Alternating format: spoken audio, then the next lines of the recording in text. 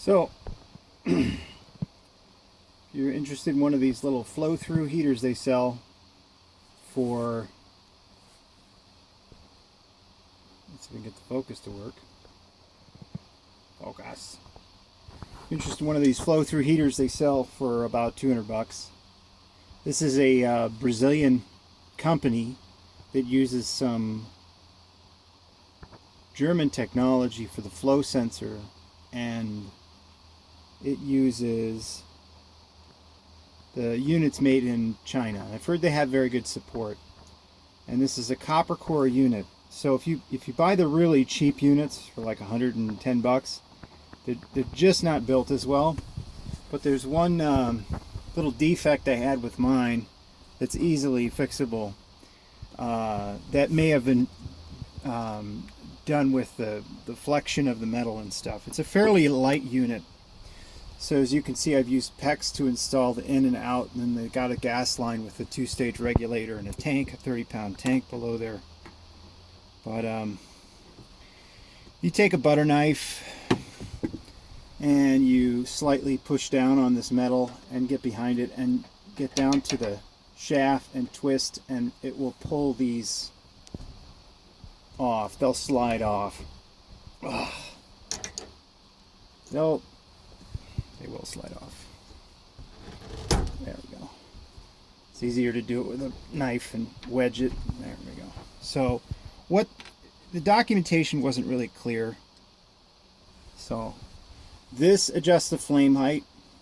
So that's how much gas you're going to consume per interval, per time interval. And this is the flow rate of the water. So if you want the absolutely hottest water, you turn both of these up. Highest flame, most flow restriction, but the water coming out will come out at a slow rate. So you need to supply this unit with at least 30-40 psi to get good performance out of it. There's one screw in the center underneath. Unscrew that, and once you get the knobs off, you can pull slightly, and then you can lift and the cover comes off. And this is the copper core. Very good at heat absorption and resistant to corrosion. And this is the igniter, and this is the sensor to tell it that the flame is on. So if this gets hot, it knows that it can continue to supply gas. This is the magnetic flow switch that detects very low flow rates of water. So you want to get the low flow version, not the standard version. It costs a couple bucks more.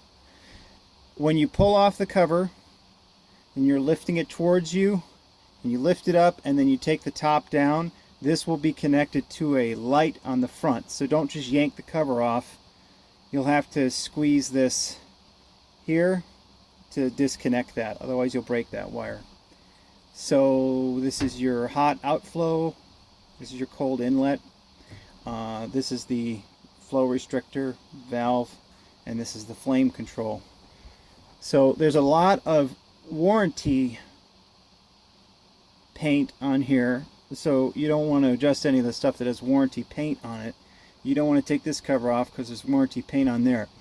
The problem, let's see if I can turn on the light here.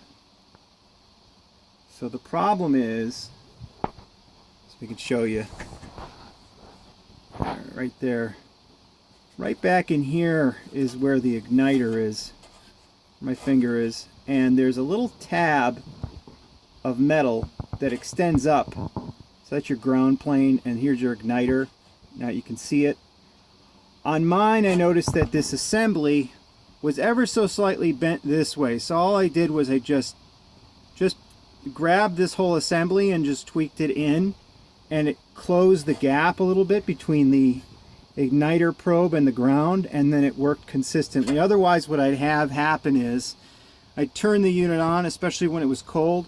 Sometimes it wouldn't ignite at all, and sometimes I'd get like a fireball effect. So there'd be a buildup of LP gas, and then it would ignite. And then in subsequent, once the unit was already warm, and I turned on the hot water, say like 20-30 seconds later, it would ignite right away. So the problem here is just this gap.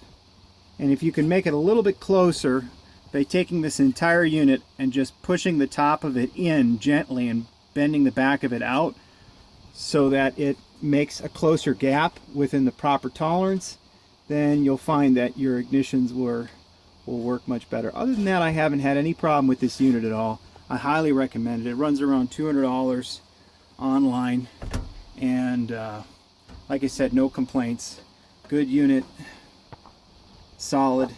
Runs on 2 AA's that you might have to replace once every 6 months or a year, depending on how often you use the unit. It only draws power when water's flowing and it's trying to ignite. It's a real basic unit.